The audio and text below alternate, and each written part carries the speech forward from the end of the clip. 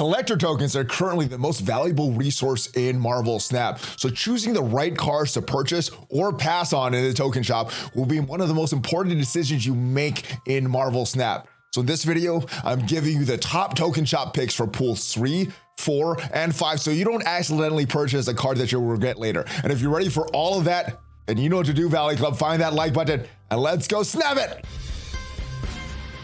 ValleyFlyin.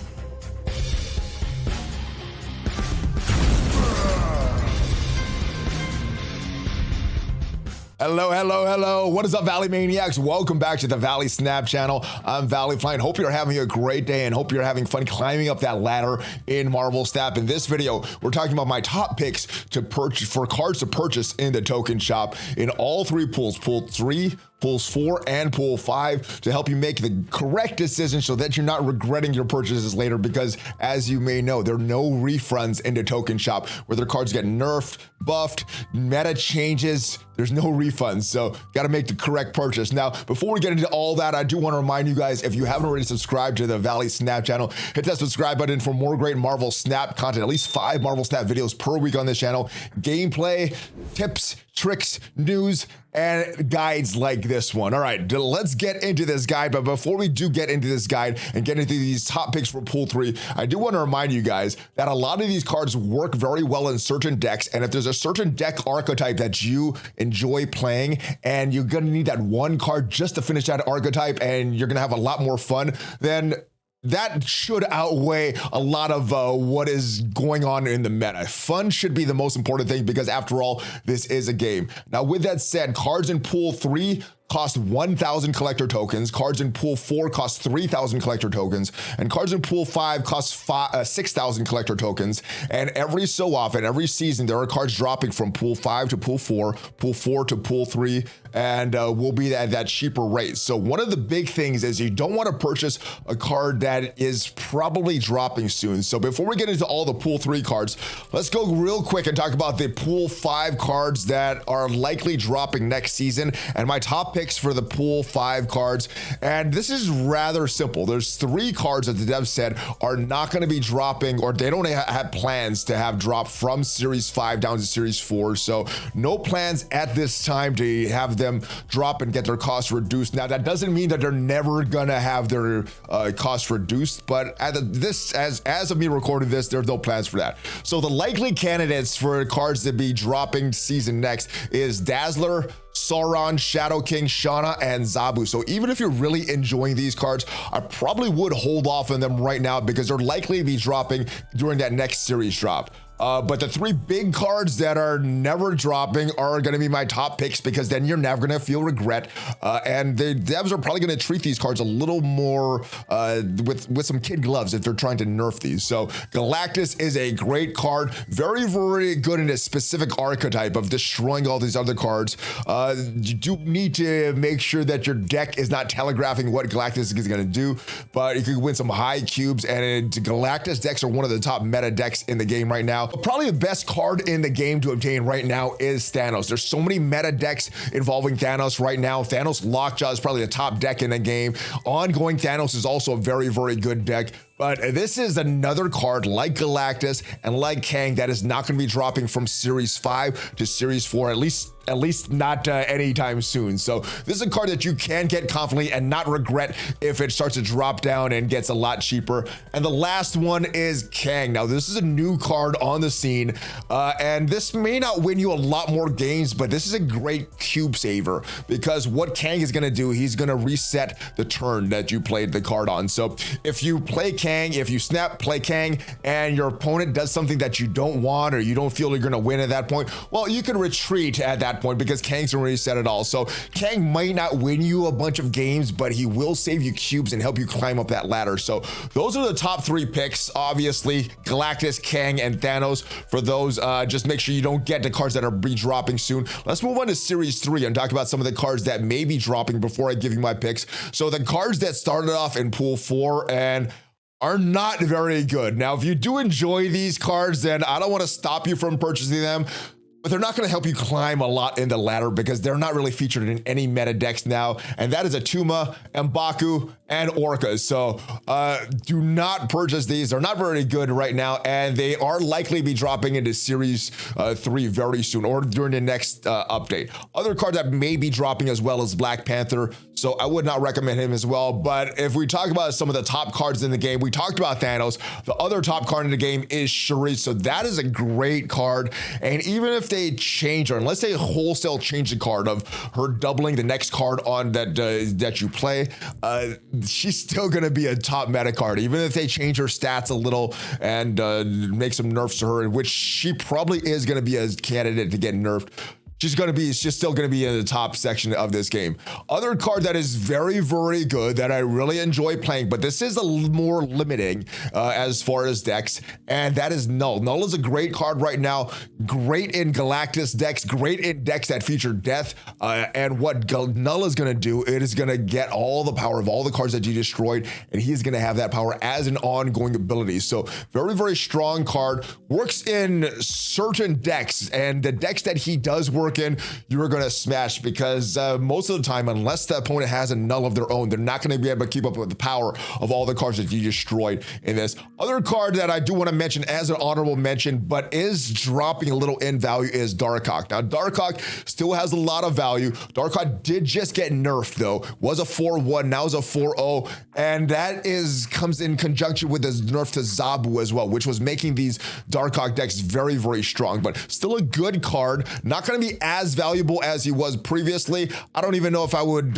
purchase at 3,000, but when Darkhawk goes down to 1,000, goes down to pool 3, that is definitely a card that I would be looking at. The rest of these cards I would probably hold off on unless you really enjoy the cards. Valkyrie has some value. Scooper Scroll has some value in certain situations, but isn't as reliable as other cards. And in the current meta, Silver Surfer post buff is just those kind of decks just are not seeing as much value as they were in the past. But let's get to these top pool 3 cards. These are in no particular order. I'm going to give you my top 10 plus some other 2 honorable mentions that I think are worth purchasing. Very, very strong in certain decks. But let's get into the countdown for pool 3. And let's start with this card, Death. Now, Death is a great card, especially if you manage to have Wave. Works very, very great in the Death Wave decks. And that is because you could cheat out this card. It's going to cost 1 less for each card destroyed in this game.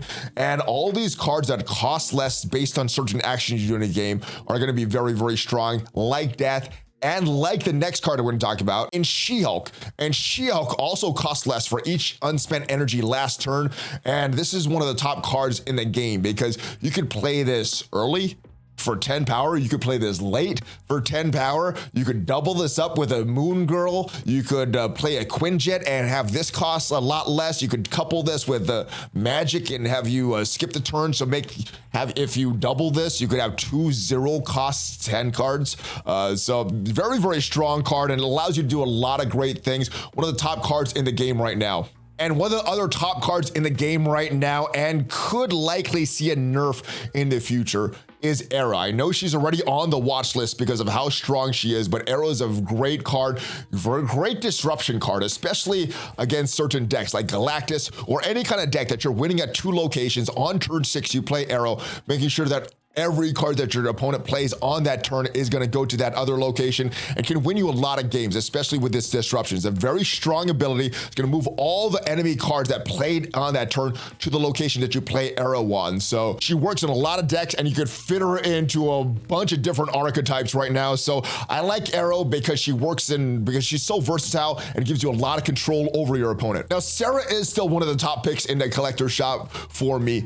Her value has went down slightly because of all the Shuris and Thanos decks out there, even Galactus decks out there. But Shuri still makes one of the top decks in the game because what she's going to do is she's an ongoing ability, and cards in your hand are going to cost 1 less. There is going to be a minimum of 1, so you can't bring them down to cost 0. But you are able to get some really big turn 6 plays with Sarah, especially if you could get Sarah out even earlier on turn 4 or turn 3 because of some Ram cards you may have in your deck.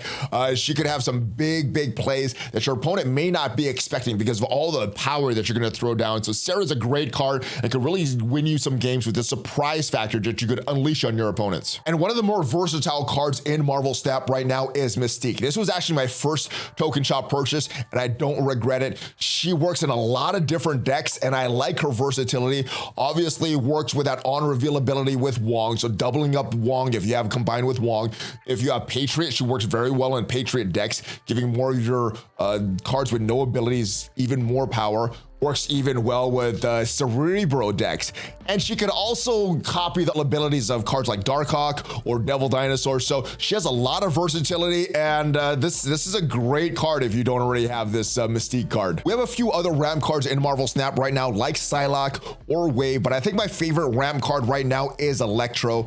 Has that on reveal ability, give you 1 max energy every single turn after you play Electro. So you could play some high powered cards 1 turn earlier. Has a negative ongoing ability of you can only play 1 card per turn, but sometimes you are able to get rid of that. You could destroy this card, you could send it over to your opponents. A bunch of different things that the locations can help you with this Electro card, but it really allows you to get your power out on the board before your opponent and can give you that advantage in winning games. And Electro goes great with Dr. Doom, especially if you're trying to get this card out early and reach some hard to reach locations. Maybe there's a Sanctum Sanctorum on the board, or a location that your opponent has locked down with a Storm or a Spider-Man. Well, you can still reach those locations with Dr. Doom. The great thing, if you use them in conjunction with Electro, you could play Dr. Doom on turn 5, followed by Odin, and get more reach out on even more locations. So Dr. Doom, just because of what he does, 6 power or 6 cost with 15 power across the board is very, very strong. So one of my top picks because of that reach that he gives you. We talked about Wong previously combining with Mystique, but Wong may not be in some of the top decks nowadays, but some of the most fun combos in Marvel Snap uses Wong, doubling the on reveal abilities of any card played at this location, and you can get some crazy plays if you combine it with the Kamertage location. You put some cards on top of here and combine it with Odin. There's a lot of great decks that feature Wong, and they're fun. The only thing that you have nowadays is Cosmo, because you normally are playing Wong on a turn before you're going to do all those on reveal abilities. So sometimes Cosmo can screw this up, Enchantress can screw this up, Rogue can screw this up, but when this Wong play goes well, it is such a satisfying experience, and I think just for that alone, he is worth a purchase in the token shop. Leading even more into that on reveal archetype, Absorbing Man just got a slight buff, and now he works in conjunction with Wong and other locations that he previously did not work with. So he is a little better, and he is great because the last card you have or played has an on reveal ability. Absorbing Man is going to copy it, so works great with Hazmats, Gambits, other cards like Spider-Man. Works very, very well, and this is a strong card. You got some crazy combos here with Absorbing Man, and you're gonna have a lot of fun. Those fun factor with Wong, Absorbing Man, and even Mystique in there with some crazy big plays at the end that you could do with your opponents. I think all of those are worth it just for that fun factor. Magic is another great fun card for throwing off your opponent. I like to play this on turn 5 and skip turn 6, throwing off seeing what my opponent's gonna do, and then playing all my big cards on turn 7. Most of the time, my opponent is not expecting a 7-turn game. They're expecting a 6-turn game. So I get to see what they're playing on turn 5. I skip turn 6. And then a lot of times what I like to do in this Infinite deck or SheHulk deck is to is to get all these cards out on turn 7, just making some big plays where my opponent's not expecting it. The other thing that Magic can do is sometimes you don't get the cards that you want. A lot of times we will ramp our cards or use cards like Adam Warlock to get cards in our hand. Well, Magic will give you 1 extra turn to get that final piece that you may need to complete your combo. So I like Magic for a couple different reasons, and that is the reason that she is one of my top picks for the collector shop in Pool 3. All right, and honorable mentions, guys. Now, these are great cards that I really enjoy.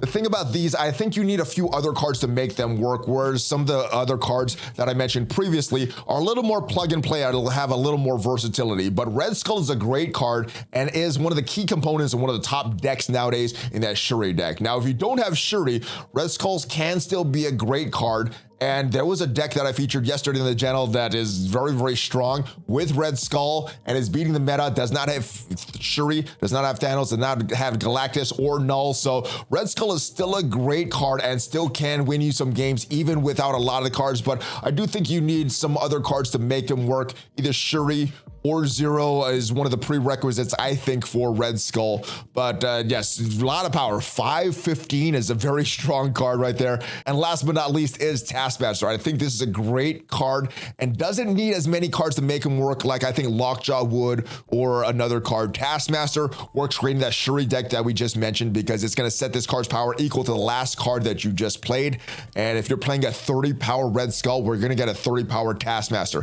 If you're destroying a lot of high power cards with Venom, you're gonna get a high-powered Taskmaster. I do like Taskmaster, but the reason he is on this honorable mention list is I think you need a few cards previous to purchasing him to make him work, like the previously mentioned Venom or Taskmaster or some other cards that are going to give you a lot of power that Taskmaster could copy. But he's also he needs less combo pieces than a card like Lockjaw or anything that's in the current meta nowadays. And speaking of Lockjaw, why don't we just include him in this honorable mention because he is a part of that top deck with Thanos. Now, if you don't have Thanos, I probably would want a few more combo pieces to go along with Lockjaw, like some zero cost cards, maybe Wasp, Yellow Jacket, a card like Thor that could draw Mjolnir, or a card like Jane Foster that could pull all of your zero cost cards. So works very, very well. I probably would want a few more combo pieces before I purchase this myself, but if you are planning for one of the top decks in the game, Lockjaw can help you get that. So those are my top picks for Pool 3, Pool 4, and Pool 5 cards, guys.